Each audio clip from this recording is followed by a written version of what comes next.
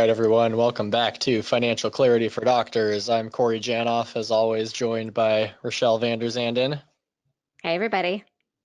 And today we want to talk a little bit about investing and specifically, investing towards your specific financial goals rather than just arbitrarily investing. Not that there's anything wrong with arbitrarily investing, but ideally, for our financial objectives, we have a loosely defined investing game plan to help us get there. And when we often talk to people about their investments, we'll take a look at a statement, or they'll pull up their 401k website and show it to us, and we'll ask them, what are you invested in, or how'd you pick the funds that you selected in your 401k? And often the answer is and I don't know, or I think it just automatically invested for me, and there wasn't really much thought put behind it. Or maybe they did a little Googling and said, oh, I did the S&P 500 because that's what I read in a blog, that was the best. But really, if someone asks you the question, why are you invested the way you are, there's really only one correct answer. And that answer should be because it gives me the best chance to achieve my financial goals. And it's going to be different for everyone. Everyone has a different set of goals, circumstances, comfort with risk, ways they want to achieve their goals. Some people would prefer to just ride the stock market. Others may want passive income from rental properties or annuities. There's a lot of different ways to go about it. So we want to dive into that a little bit and kind of talk about framing your investment strategy around your actual objectives and goals for that investment. Absolutely. And that does mean that you have to take a second to assess what your goals are. And that is often the first step of deciding how we're investing money. Sometimes when you're fairly early on in your career or fairly early in life, it can be hard to define those goals very concretely. You don't really know if you want to retire at age 55 or age 60. You don't necessarily know how many kids you're going to have and all of that kind of stuff. So it can be kind of generic or maybe general goals, absolutely. But you can also just invest for investing's sake. Like, I have extra money. I don't necessarily need it for something specific. So I feel like I want to put it to good use. That can also be a goal. So there's lots of different ways that we can approach it. But it is okay to be investing for the sake of investing. Just try to ask yourself, like, when do I think I might want this money back? Because that has a really, really, really big impact on how we want to invest the dollars specifically. I do think the one other answer that we get to that question sometimes when we ask people, like, how are you invested? Why are you invested that way? Is lately, at least, well, I was on Reddit, or I was chatting with the folks at the water cooler and everyone was doing this thing and I wanted to do that thing too. And it was very exciting and I thought I might make some money. And that I would call like investing for fun. And I think it's fine, but we want to treat it more as fun and less like trying to achieve long-term goals. Anything to add there, Corey? I think another common one we'll sometimes get is because this one has the lowest fees, or this one has the best returns. And, returns, of course, are backwards looking. No guarantees that whatever you picked will be the best moving forward. And you don't necessarily need the best. In fact, you probably don't want the best, because if all of your money is invested in the quote unquote best performing thing, it means you're not diversified. And when the tables turn and the best performing thing is no longer the best performing thing, you're going to have a lot of your money underperforming, and you end up in this vicious cycle of chasing returns, and you're always disappointed because you end up investing in what did the best late, in the past several years, but it's not always the best moving forward. So diversification is huge. And by definition, being diversified means you won't have the best performing portfolio, because some of your stuff will be doing better than the other stuff in your portfolio. But you'll always have a little bit in the best performing area, and you'll never be overly exposed to the worst performing area if you're well diversified. Absolutely. So I think one of the first steps that we like to do with clients when we're thinking about investing and getting ready to starting to do that for folks is just figuring out their personality and like what are their risk and return objectives? Like how much risk can they stomach? That kind of thing. So if history teaches us anything, it has taught us that generally speaking, the more risk we take on, the greater the potential return is. And it's not a guarantee. Like it doesn't necessarily mean like we take on more risk and we absolutely make more money, but there's more potential for return when you're taking on more risk. And that I think definitely diversification plays a big part in that. Like there's when you're taking on risks with single companies, that does not necessarily play out. So we're talking about more like mutual funds and things like that. We also know that we can't control those returns. So if that's something that makes you really uncomfortable when you're taking on more risk, and we know that we might have some really emotional reactions to big pullbacks in the market, then maybe we need to consider that when we're deciding how we're investing and how much risk we're taking on.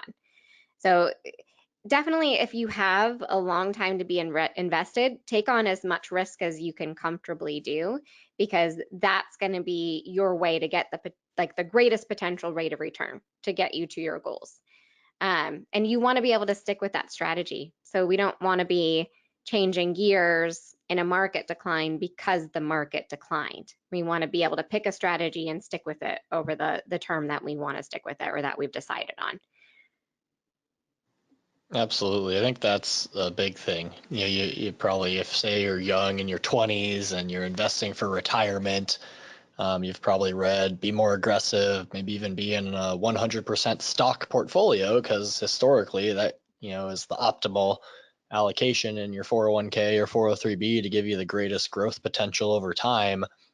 But, if you can't stomach a 60% or greater decline in that portfolio, then you probably shouldn't be in 100% stocks. It's going to happen at some point. Those of you who've been investing long enough remember the 2008, 2009 debacle, to put it lightly, with the stock market being down. I think U.S. stocks were down about almost 60%, from their peak to trough. We saw in March of 2020, stocks were down about 35-40% from their peak in just a matter of weeks. So if you can't handle that roller coaster ride, if you're not a fan of the roller coaster drop, then I'd rather see you invested in a 50% stock portfolio if it means you'll be able to stick with it and ride out the ups and downs. You may not get the greatest long-term returns, but at least you'll be able to stick with it, because what really ends up hurting people is when they bail at those suboptimal times. Market goes down, you see the negative news headlines, you see the pundits out there, the prognosticators predicting, stock market's going to go down another, however many points, we're going to see an 80% decline. Well, if we're down 50 and the news stations are saying someone coming on there saying that we're going to see an 80% drop, well, shoot, I better get out now and avoid that 30% remainder, and then I'll get back in once it drops. Well, now you're playing a gambling guessing game, and you got to guess right twice, when to get out, when to get back in. And if history has shown us anything, usually when the headlines are the worst, that's the optimal time to be investing and to be buying, because it often turns the corner at some point after that. Yeah, I had a handful of clients that kind of were getting started with investing in the spring of last year, and everything looks great. Oh my And gosh. Yeah. right? It looks amazing. But I mean, that's not something that's predictable ahead of time. I would not have predicted that. I can 100% say that between the end of March 2020 to now, I didn't predict the market going where it did. And I would say that most people are probably in the same boat. Maybe some people guessed right, but it was just that it was guessing, and a lot of times that's the case with the stock market. We're guessing, we may be right, we may be wrong sometimes. And so let's just take the guesswork out of it and be consistent and stick with our long-term strategies. And I mean, let's be honest, like a lot of this is just dumb luck. You put money into the market in March of 2009 or March of 2020. You felt pretty good about yourself looking back, but I'm sure some people also bought in February of 2020 or summer of 2007, and then they weren't as excited. They bought, I know some people are listening to this who bought houses in the mid 2000s, 2006, 2007, thought, oh yeah, I'm in residency, I'll buy a house, and then a few years later when I'm in practice, I'll sell the house for double what I paid for it, pay off my student loans, and then move into the dream home. And that didn't work out as planned. That's in some cases that house still couldn't sell for what you paid for it. So, luck Yep. is a major factor, and we want to try and do our best to increase our surface area of luck. So that's where just being consistent, being diversified, not trying to guess and time things. And you don't have to hit home runs or hit hole in ones every time to end up doing all right over the long haul. hmm And I think for those folks that are very risk averse, and it just makes sense to go with something a little bit more conservative to avoid that kind of behavior. I mean, there's some downsides to other types of strategies that are maybe considered a little bit safer, but there's other risks associated. So, annuities, for example, like you have some built in guarantees, but we have this low expected growth. And if that low expected growth doesn't keep up with inflation, that's another risk. So it's just kind of a trade-off, and it's something where you really have to look at yourself in the mirror and say, like, what is going to help me be successful here? And if that's a trade-off that's worth it for you because that's going to help you be successful, then it can make sense. Yeah, so generally it just kind of depends on what your goals are again, but also, how averse you are or averse you are to risk and things like that. Yeah.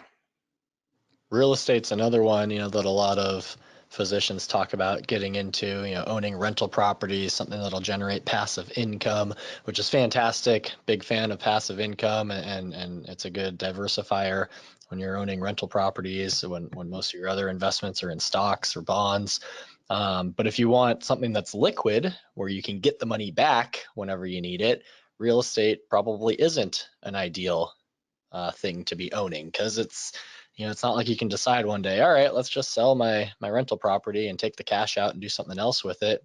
You can do that with stocks. You can sell them at any moment during the day or during trading hours, so normal business hours for the most part. But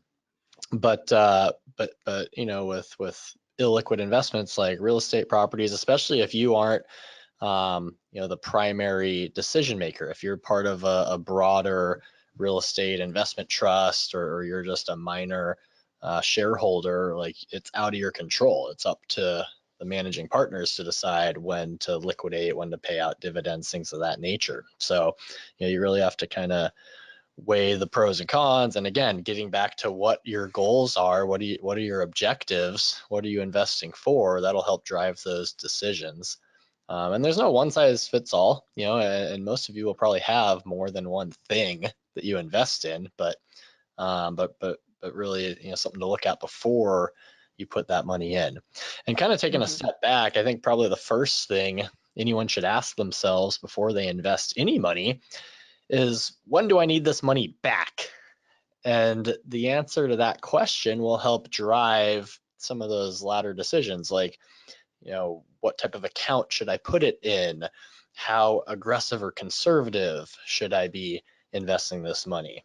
For example, if you're saving up for a home down payment in a few years or less, we want to put that money someplace that's accessible without penalty, someplace that's safe, isn't going to go down in value. Last thing we want is the money we're saving up to buy a home in the next year to go down in value, because then we have less than what we started with when we actually need the money. So we're shooting for low or even zero growth, because we want to avoid the downside, and we don't want to put it in an account like a retirement account that penalizes us for pulling it out before we're 60.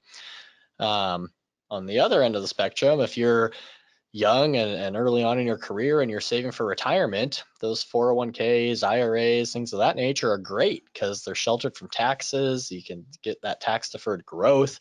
Sure, you can't touch the money until you're 60 without penalty, but we don't need the money before we're 60 in most cases if we're saving up for retirement. So pros and cons to both to both sides of the spectrum. But again, depending on what you're investing for, one is more attractive than the other. Mm-hmm. Anything you want to add there, Rochelle? Yeah, that definitely also drives how aggressive we're going to be. So it's not just your risk tolerance. It's also that time frame. So again, well, like Corey said, with a home purchase, sure, we put that in a savings account. It also applies to other sorts of time frames. So if it's college money you need in 10 years, we're probably not going to be as aggressive as we normally would be. If it's retirement money we're not going to touch for 30 years, that's when, if you can stomach the risk, it makes a lot of sense to take on those riskier investments that have a higher rate of return over a long period of time, or at least have in the past. So that's a big question to ask yourself. Just like Corey said, I would suggest everyone kind of ask themselves that question first, and then you can layer over your risk tolerance and your personal preferences on top of that, because making sure you can stick with the strategy like we talked about before is also really important. But I think for a lot of our clients, we have clients that are in their 30s and things like that.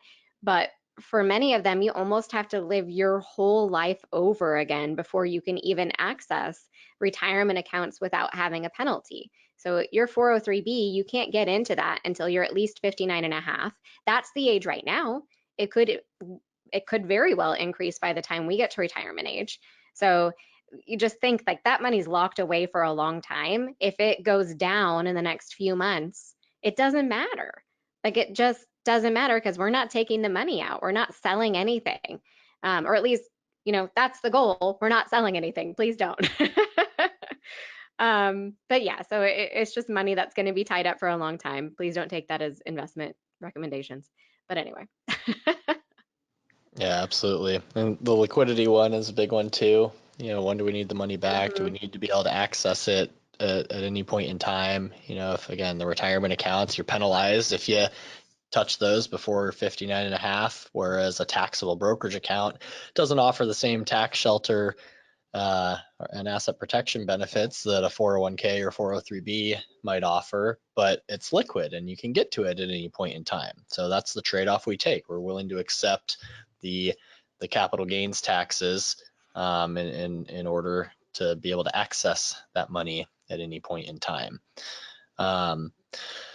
We talked about the rental properties. I think the desire for growth versus income is a big one as well. Do you want to invest in assets that give you greater growth potential over time, but may not spit out much in the form of dividends or income? Or would you prefer assets that generate a lot of income, but don't necessarily grow?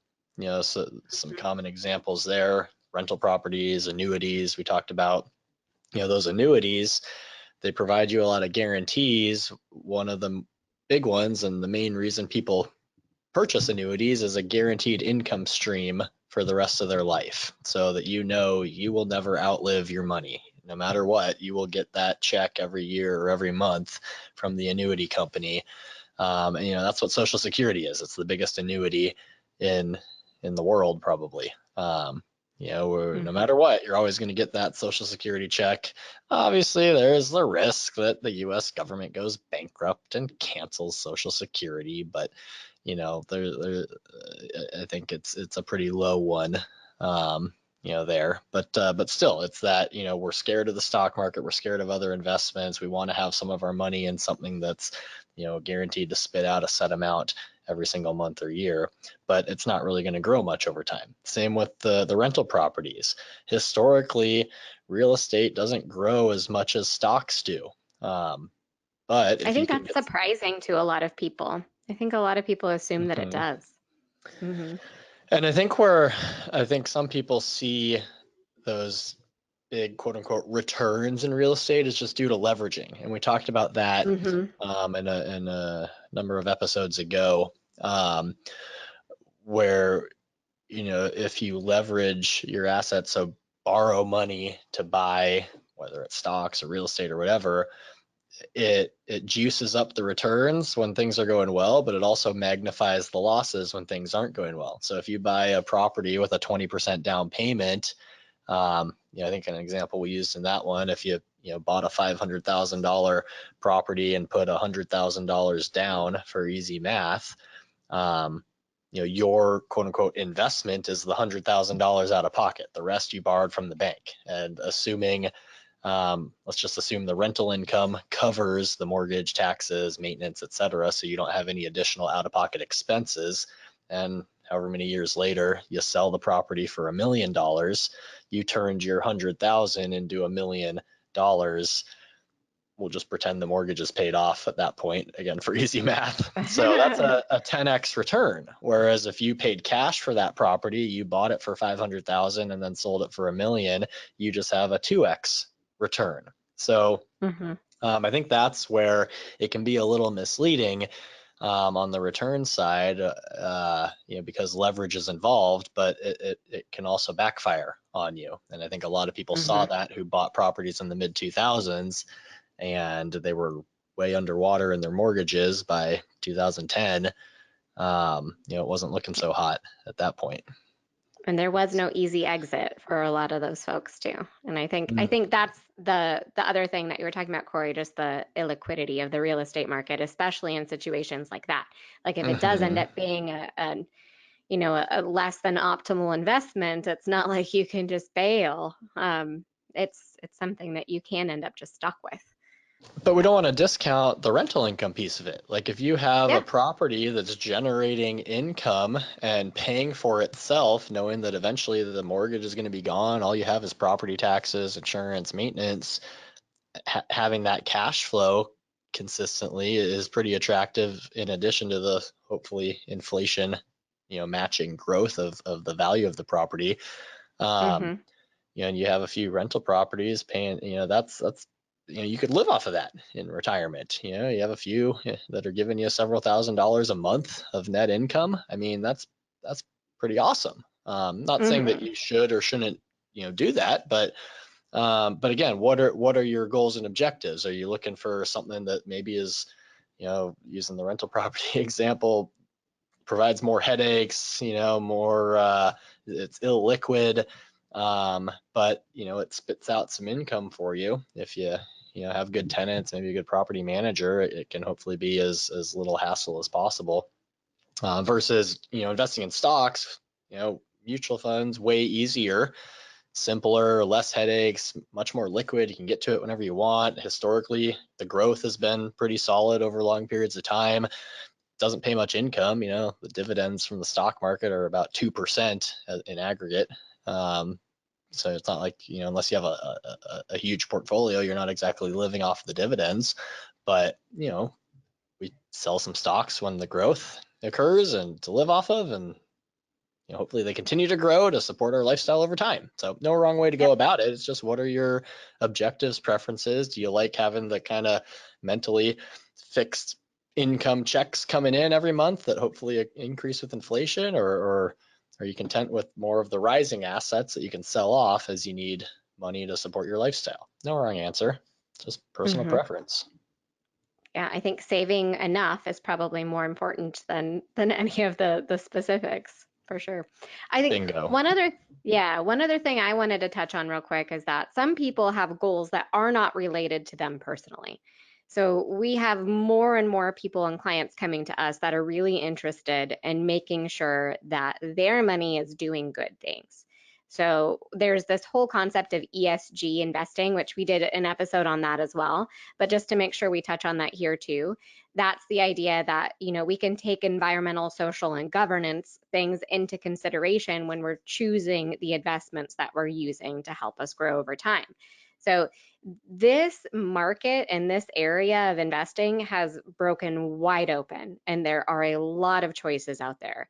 So if there is something in particular that you're interested in not supporting or in supporting, chances are there's something that aligns with your values, and you can probably choose to invest in a way that aligns with your values. There was a lot of research for a while there when this started that the ESG funds that were out there, that environmental investing was underperforming what like just generic investments were doing or comparative investments were doing. That's not really the case anymore. You can absolutely like have fund by fund overperformance or underperformance, but as a market, ESG investing is generally doing as well or maybe even slightly better than when we're investing without using that ESG lens. And we need probably more of a track record to be able to demonstrate that very solidly. But that being said, I think it's like underperformance is no longer a reason to not do that if it's something that you're interested in and something that aligns with your goals. So if it's something that's important to you, you can definitely use that as one of your criteria when you're picking the investments that you're using. And forget about performance when you're looking at investments. Like 90% of your ability to achieve your goals is just how much you save. The rest is all minutia. Like it doesn't matter what you invest in, which stock you pick or buy, what area, what accounts you're using. It's just how much do you save? Are you saving enough? And the rest will take care of itself. The other 10% is maybe luck. How long you live. Do you have any adverse health consequences that end up costing a lot of money? Do you live way longer than expected? Just historically, we've gone through stretches of more or less droughts, for lack of a better term, in stock market growth. So are you one of the unlucky ones that kind of starts pulling money out when the stock market's going down? That's bad luck. Or is the stock market on a run when you retire and start pulling money out? That can really enhance things. So I think saving a lot solves a lot of problems for investors. It's not about what's the best thing to invest in. It's just save a lot, and then the rest doesn't matter nearly as much.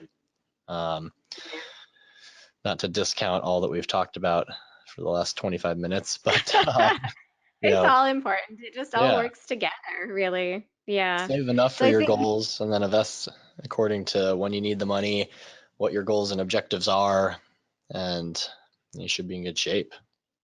Absolutely. So I think in summary, like the big questions you want to ask yourselves when picking your investments is, when do you need the money? How much do you need? So what kind of rate of return do we need to be seeing here? How comfortable are you with declines in your portfolio value? If you're not comfortable with that, we should probably be doing something fairly conservative. And also just what strategy can you use to best achieve your goals? Like what's going to give you the best chance at doing that? What are your goals? That's a big part of it too. So lots of different moving pieces with this. I think we want to try to avoid doing this without thought, just doing something by default or doing something because your friend at the water cooler said to do it. But, I think part of planning is just making sure that you have a well thought out strategy. Well said. Thank you for listening, everyone. See you next time. We would love to hear your feedback and suggestions for future topics you'd like us to cover. You can get in touch with the show by emailing podcast@thefinitygroup.com or by following Finity Group on Facebook, Twitter, Instagram, LinkedIn, and YouTube at Finity Group LLC. You can follow me on Twitter at Corey Janoff CFP, Instagram at Corey Janoff, or on LinkedIn under my name, Corey Janoff. You can follow me on Twitter at Rochelle Finance, or on Instagram, Vanderzanden Rochelle, or on LinkedIn under my name, Rochelle Vanderzanden. Check out all of the podcast episodes on the finitygroup.com/podcast, on our Finity Group YouTube channel, or your favorite podcast app.